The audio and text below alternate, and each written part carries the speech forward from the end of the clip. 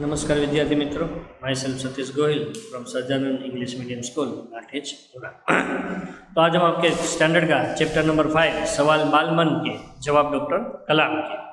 Doctor कलाम जो हमारे पूर्व राष्ट्रपति रह चुके हैं, उनके साथ ही एक साक्षात्कार हुआ था बच्चों के साथ प्रश्नोत्तर शैली में। मतलब बच्चे उसको क्वेश्चन पूछ रहे थे, वो उनका आंसर दे थे कि इंटरव्यू टाइप था।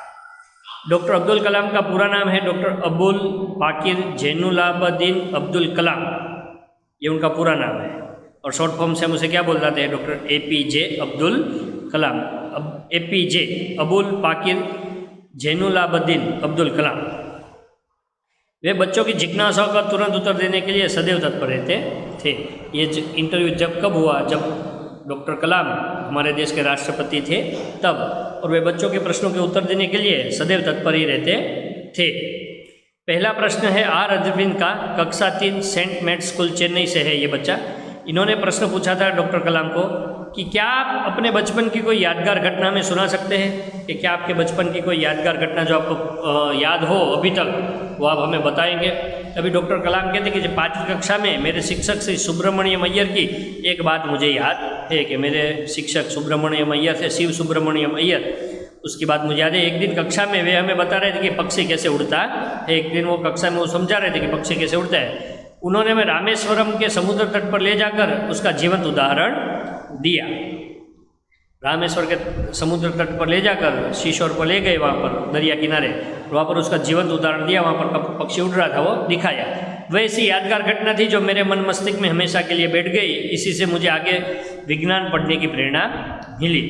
डॉक्टर कलाम कहते हैं कि ये घटना ऐसी यादगार थी जो मेरे मन और मस्तिष्क, मतलब कि दोनों तरीके से मेरे दिमाग में छप गई। कोई भी चीज़ हम पढ़े, वो हम बातों से सुने और लाइव देखें तो उसका इफेक्ट अलग ही होता है। वैसे यहाँ पर अब्दुल कलाम के साथ हुआ। और ये बोलते हैं कि ये जो पक्षी उड़ रहा था, उसकी वजह से मुझे विज्ञान में आगे बढ़ने की प्रेरणा मिली। दूसरे प्रश्न करता है सरयू मकर, कक्षा 5 वाल्मीकि नगर हिंदी माध्यमिक शाला नागपुर। हिंदी माध्यमिक शाला का बच्चा है, वो पूछ रहा है कि बचपन में मैं किस भाषा को प्रमुखता देनी चाहिए, कि बचपन में मैं किस भाषा को प्रमुखता देनी चाहिए। तभी डॉक्टर उसका बहुत ही बढ़िया जवाब देते हुए कहते कि मैंने स्वयं माध्यमिक शिक्षा तक की पढ़ाई अपनी मातृभाषा के माध्यम से पूरी की है। डॉक्टर कलाम कहते हैं कि मैंने माध्यमिक तक की शिक्षा मेरी मातृभाषा मतलब मदर टंग में ही पूरी की है। कॉलेज और उससे आगे की शिक्षा अंग्रेजी माध्यम की संस्था में हुई है। कॉलेज और उसके आगे की जो शिक्षा है वो अंग्रेजी माध्यम के संस्थानों में हुए, मतलब इंग्लिश मीडियम में पढ़े, लेकिन सबसे पहले उन्होंने मदर टंग में ही अपनी पढ़ाई की थी। मेरा मानना है कि मैं कॉलेज में भी माध्यम के रूप में मातृभाषा का चुनाव कर सकते हैं, क्योंकि युवा अपनी मातृभाषा में ही सोचता है, उसी में अपनी बात सहजता से कहने में सक्षम होता है। पर इसमें कोई भी दो राय नहीं है कि वैश्विक स्तर पर संपर्क के लिए हमें अंग्रेजी जैसी संपर्क भाषा का नितांत आवश्यकता है। डॉक्टर कलाम साहब कहते हैं कि हमें हो सके तो कॉलेज में भी हमारी मदर टंग ही यूज़ करनी चाहिए एज ए मीडियम के तौर पर पढ़ने में। वो कह रहे हैं कि हम जो सोच रहे हैं वो ज़्यादातर हम सोच कैसे सकते हैं, हमारी मदर टंग जो हमारी मातृभाषा में है वही हम सोच सकते हैं, और उसी में ज़्यादा हम एक्सप्लेन कर सकते हैं। आज इंग्लिश पढ़ना ज़रूरी है, क्योंकि आज इंग्लिश है वो एक वर्ल्ड लैंग्वेज है। आप कोई भी कंट्री में जाओ तो एटलीस्ट आपको इंग्लिश होगा, तो ही आप एक दूसरे के साथ बातचीत कर सकोगे। लेकिन डॉक्टर कलाम का कहने का तात्पर्य है कि ज़्यादातर हमें पढ़ाई है वो अपनी मातृभाषा में ही करनी चाहिए। तीसरे प्रश्न करता है हर्ष पटेल, कक्षा 5 चंदूलाल विद्या मंदिर मुंबई का ये विद्यार्थी हर्ष पटेल। यह कहता है कि यदि हम आपकी तरह बनना चाहें तो हमें क्या करना चाहिए, कि यदि हम आपकी तरह महान वैज्ञानिक बनना चाहें तो हमें क्या करना चाहिए। तो डॉक्टर कलाम उसका जवाब देते हुए कहते हैं कि जब आप युवावस्था में कदम रखें तभी आपको जीवन में लक्ष्य निर्धारित कर लेना होगा। जब आप युवावस्था में आओ, आप 14-15 एज के बाद आपको आपका एक गोल है, वो आपको पसंद कर लेना होगा कि मुझे ये बनना है। हमेशा कुछ बड़ा सोचो, और कुछ बड़ा सोचना है, कुछ अच्छा सोचना है। जैसे ही अनुभूति हो कि आप आखिर बनना क्या चाहते हैं, तभी से उस दिशा में प्रयास और श्रम प्रारंभ कर दो। आपने सोच लिया और आप धीरे धीरे उसमें आगे बढ़ो, और जैसे आपको पता चले कि नहीं मैं ये बन सकता हूँ और मैं ये कर सकता हूँ, तो उसके लिए आपको अथाक श्रम और मेहनत करनी शुरू कर दो। कहने का अर्थ है कि जी तोड़ मेहनत करो। कहने का अर्थ है कि जो भी काम आप पसंद करो, जो भी आप लक्ष्य पसंद करो, उसके लिए आप जी तोड़ मेहनत करो। जो आप आगे बढ़ोगे, आपका सामना बाधाओं तथा कठिनाइयों से होगा। जैसे जैसे आप आगे बढ़ते जाओगे पढ़ाई में, वैसे वैसे कई सारी कठिनाइयाँ आती जाएगी। फर्स्ट स्टैंडर्ड में आपको तो पढ़ना थोड़ा हार्ड लगता था, लेकिन जब आप थर्ड में आए तो आपका फर्स्ट का ईजी लगता था। अब फिफ्थ में आए तो थर्ड का ईजी लगता है, फिफ्थ में से आप सेवन्थ में आए तो फिफ्थ का ईजी लगने लगा। जैसे जैसे आप आगे बढ़ते जाओगे वैसे वैसे चुनौतियाँ आती जाएगी और हमें उसका डटकर सामना करना होगा। आपको अपने अंदर दृढ़ साहस पैदा करना होगा। हमारे अंदर हमें दृढ़ साहस मतलब कि हम कर सकेंगे, ऐसा एक पॉजिटिव एनर्जी हमें अंदर बनानी है। समस्याओं को पराजित करने में हमें महारत हासिल करनी होगी। समस्याओं को पराजित करने में हमें महारत हासिल करनी होगी। समस्याओं से डरकर हारना नहीं है, लेकिन समस्याओं को हराना है। कभी कभार हम होते हैं कि समस्या से हार कर बैठ जाते हैं कि भाई ये तो मुझसे नहीं होगा, ये ऐसा नहीं होगा, वो वैसा नहीं होगा, वैसे करके हम बैठ जाएंगे तो समस्या है वो हमें हरा कर चली जाएगी। हम समस्या को कभी हरा नहीं सकेंगे आगे, तभी जीवन में सफल हो पाओगे। पहले यह जरूरी है कि आप निरंतर ज्ञान अर्जित करो। जब आप जीवन में सफल तभी होगे जब आप समस्याओं को हराओगे। लेकिन सबसे पहले हमें क्या करना चाहिए, उसके लिए ज्ञान हमेशा अर्जित करना। अर्जित मतलब पाना। सदैव जहाँ से भी ज्ञान मिले वहाँ से पा लेना है कि आज पढ़ा तो कि भाई आज मेरा कोटा पूरा हो गया, अब इससे आगे मैं नहीं पढ़ूंगा, वो ये वो जो हम थोड़ा आलस दिखाते हैं अपने पढ़ाई में वो हमें छोड़ देना चाहिए।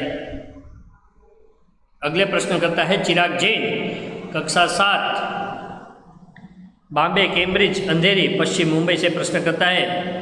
वो कहते हैं कि भारत को सन 2020 तक एक विकसित राष्ट्र के रूप में परिवर्तित करना और देश के 1 अरब से अधिक नागरिकों के चेहरे पर मुस्कान देखना, यही राष्ट्र के समक्ष सबसे बड़ी चुनौती है। चिराग जैन का प्रश्न है कि वह कौन सी बड़ी चुनौती है जिसका सामना हमें आज करना पड़ रहा है। चिराग जैन कहते हैं कौन सी बड़ी चुनौती है जिसका सामना आज हमें कर रहे हैं। तो डॉक्टर कलाम के सन 2020 तक भारत को एक विकसित राष्ट्र के रूप में प्रस्तावित करना और देश के करोड़ों नागरिकों के ऊपर एक अच्छी मुस्कान देखना, मतलब अच्छा व्यवहार हमारे देश में होना चाहिए। देश हम जब विकसित होगा, हमारा देश अभी विकासशील है, विकसित नहीं है। हमारा देश प्रगति कर रहा है, प्रगति कर चुका नहीं है। हमारा देश धीरे धीरे एक एक स्टेप में प्रगति कर रहा है और देश में यूनिटी लाने की बात है।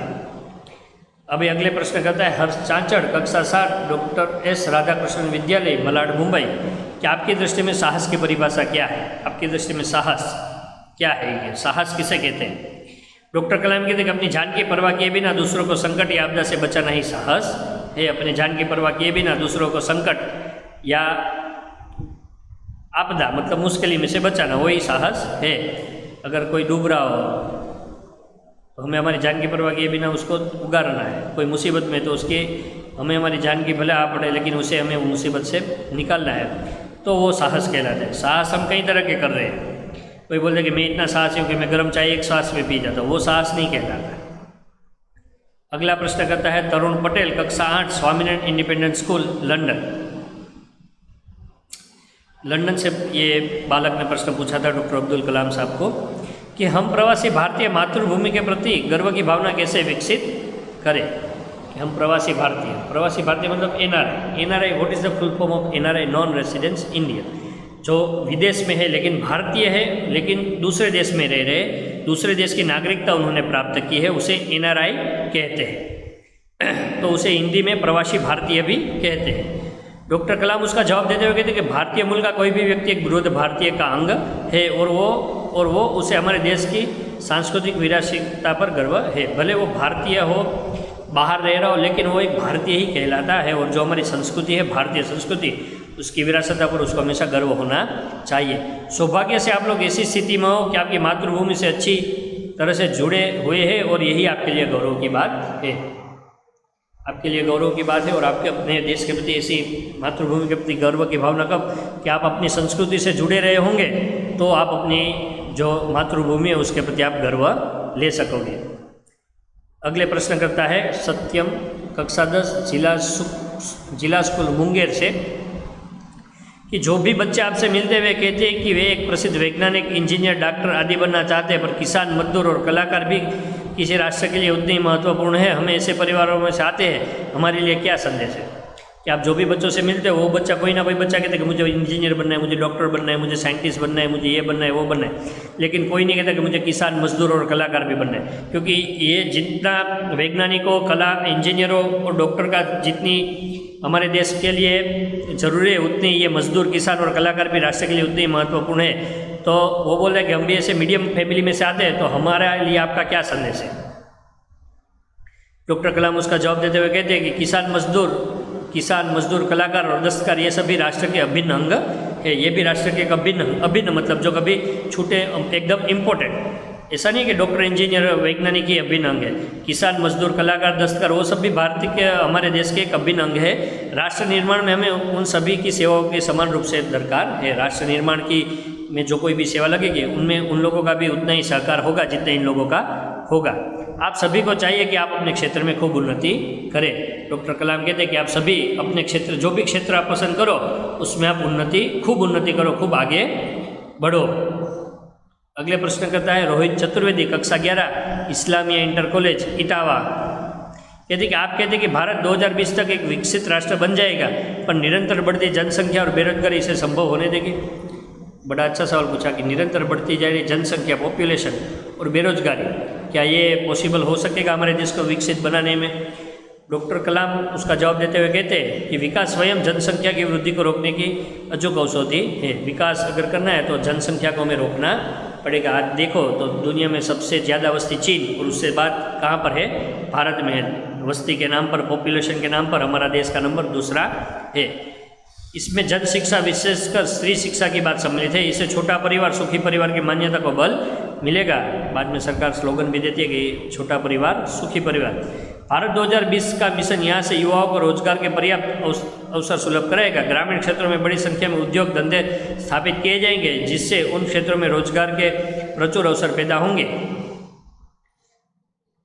डॉक्टर कलाम साहब कहते हैं कि अगर जो हम जनसंख्या पर कंट्रोल पा लेंगे तो धीरे धीरे भारत के हर एक नौजवानों को यहाँ से रोजगार बढ़ने की क्या होगी, पॉसिबिलिटी बढ़ती जाएगी, रोजगार मिलता जाएगा। और ग्रामीण क्षेत्रों में इसके कारण जब जनसंख्या कम हो जाएगी तो ग्रामीण क्षेत्रों में इसके कारण धंधा, उद्योग वो भी हम बराबर स्थापित कर पाएंगे। तो विद्यार्थी मित्रों, बाकी का लेसन हम अगले लेक्चर में पढ़ेंगे। स्टे होम, सेफ हो।